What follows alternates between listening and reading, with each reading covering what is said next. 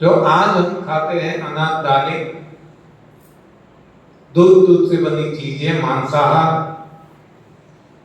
और इन सभी को आग पे चढ़ाकर, और ये भी पेस्टिसाइड वाला, केमिकल वाला, ये गलत आहार है। तो जो आज सारी दुनिया में ये डाइट सिस्टम चल रही है। बाद में हमने देखा कि ये जो रोग उत्पन्न करने वाली डाइट सिस्टम, सबसे पहले जरूरी है रोगों को हटाने की। तो जिसको जो भी रोग है उसको अब क्या करना है, खाना तो पड़ेगा।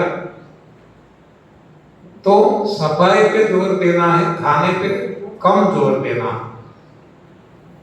सफाई पे ज्यादा जोर देना। तो जब तक रोग हट न जाए, जिसको जो भी रोग है हट न जाए, तब तक सफाई करते रहना है। रोग हट जाते हैं, बाद में आइडियल डाइट पे आना है। आइडियल डाइट संभव नहीं है तो फिर प्रैक्टिकल डाइट, ये हमने देख लिया। प्रैक्टिकल डाइट भी जिसके लिए संभव नहीं है, क्योंकि हम समाज में रहते हैं, एक दूसरे से जुड़े हुए हैं, हम सामाजिक प्राणी हैं, तो शादी ब्याह में जाना पड़ेगा, कोई पार्टीज में जाना पड़ेगा, खाना पड़ेगा। तो अब हम तड़जोड़ करके डाइट बनाते हैं, इसको हम नाम देते हैं न्यू डाइट सिस्टम। ये तड़जोड़ वाली, आइडियल नहीं है, प्रैक्टिकल नहीं है, तड़जोड़ वाली, जहां हम कहते हैं कि रोग हट जाने के बाद, ये समझ लेना, जब तक रोग है तब तक रोगियों की भोजन प्रथा अपनानी है, यानी कि केवल और केवल सफाई पे जोर देना। और जब खाना पड़ता है तभी भी हो सके तो रस पे रहना है, जूस पे, और नहीं होता तो ही सलाद, सब्जी, फल खाना है, लेकिन बिना आग पे चढ़ाए, वैसे ही जैसे बाजार में मिलता है। ये रोगी की भोजन प्रथा हो गई। बाद में आइडियल हमारे लिए संभव नहीं है, तो प्रैक्टिकल ये भी संभव नहीं है, तो फिर नई भोजन प्रथा,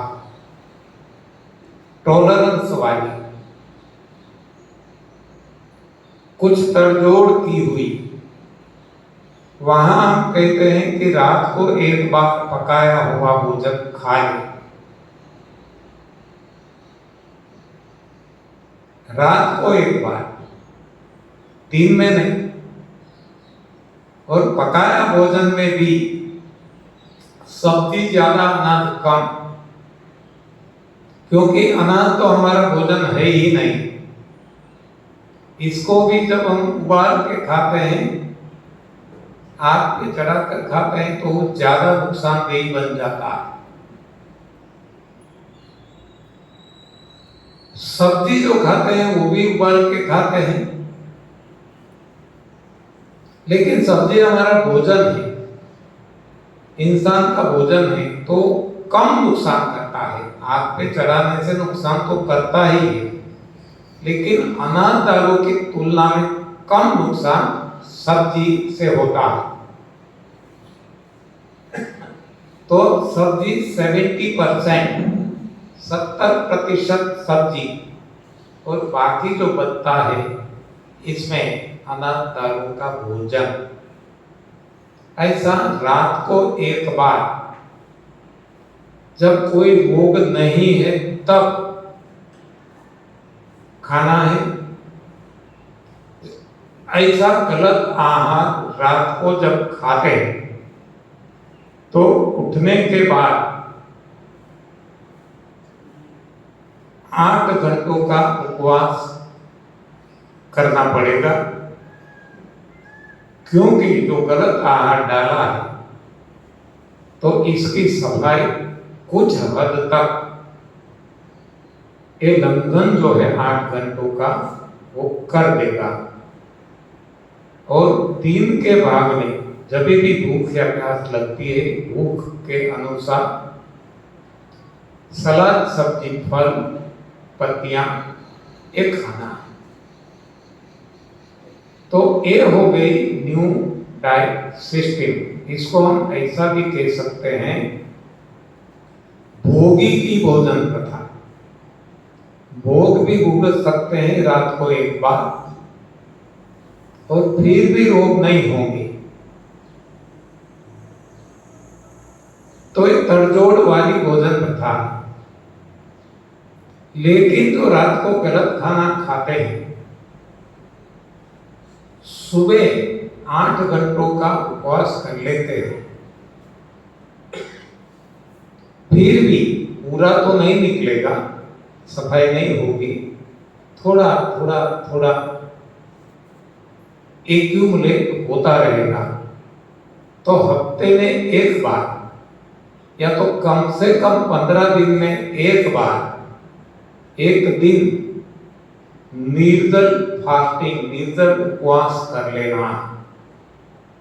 और जब भी हम निर्जल उपवास की बात करें तो केवल उपवास नहीं, सफाई, यानी कि तीनों जुड़े हुए हैं।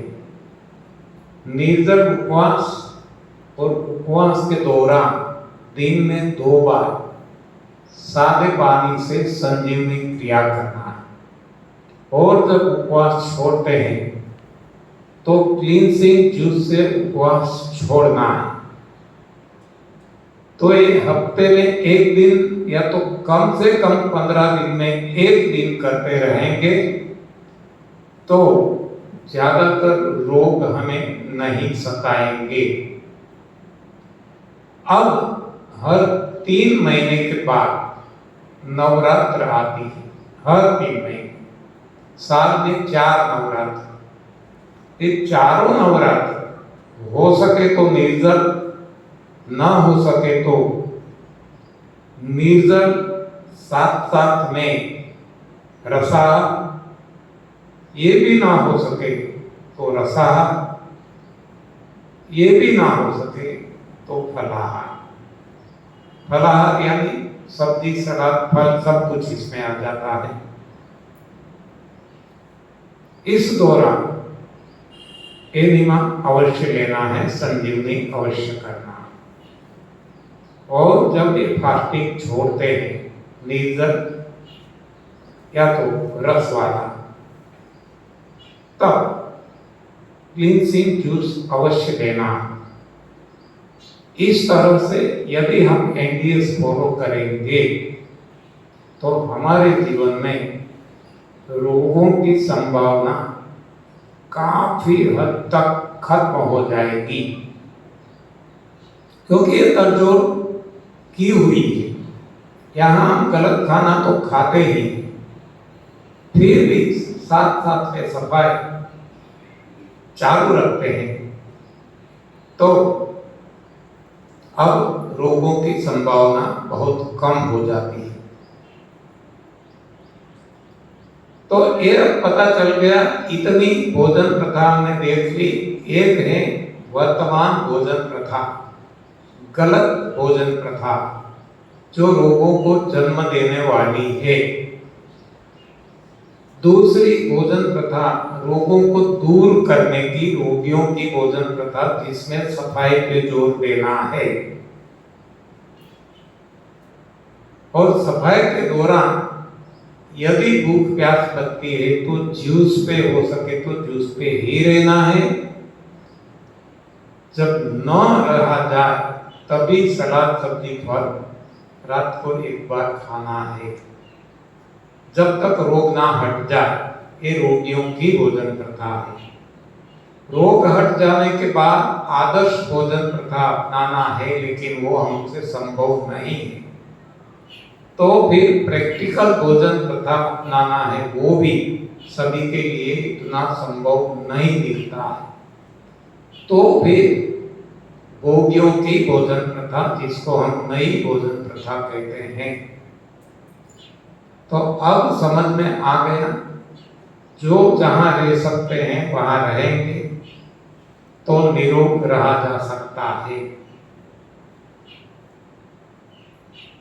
अब आगे देखते हैं, यहां तक हमारे लिए सामान्य जन के लिए। आगे है योगी की भोजन प्रथा।